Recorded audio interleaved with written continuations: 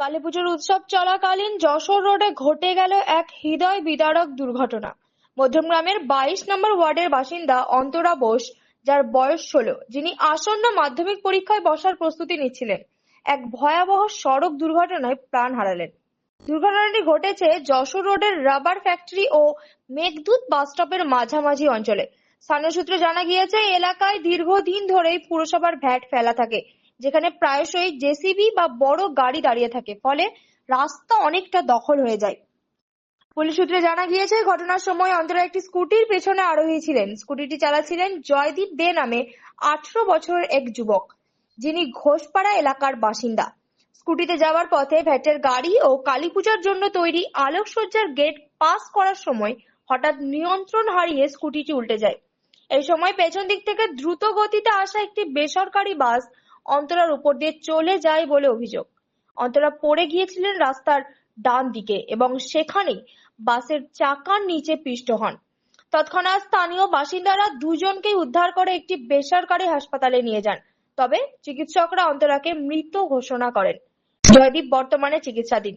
স্থানীয়দের অভিযোগ, দীর্ঘদিন ধরে ওই স্থানে রাস্তার ধারে ভ্যাটের গাড়ি দাঁড়িয়ে থাকায় দৃষ্টিসীমা বাধাপ্রাপ্ত হয়।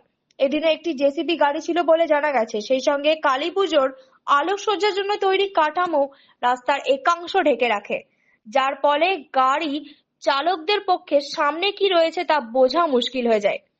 এছাড়াও একটি গুরুত্বপূর্ণ অভিযোগ সামনে এসেছে, জাতীয় সড়ক ধরে অনিয়ন্ত্রিত গতিতে চলা ডেলিভারি বয়দের স্কুটিগুলি প্রায় বিপজ্জনক পরিস্থিতি তৈরি করে।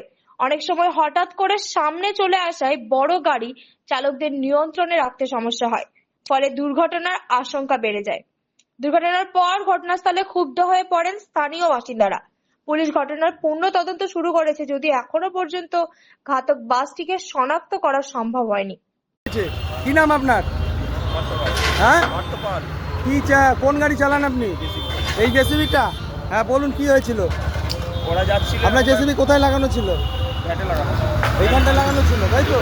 হ্যাঁ, তারপরে কি হয়েছিল বলুন? বাস যাচ্ছিল, ওরা যাচ্ছিল, ওদের দিকে বাস মেরেছে। হ্যাঁ, একজন এইদিকে পড়ে গেছে আর মহিলাটা ওইদিকে।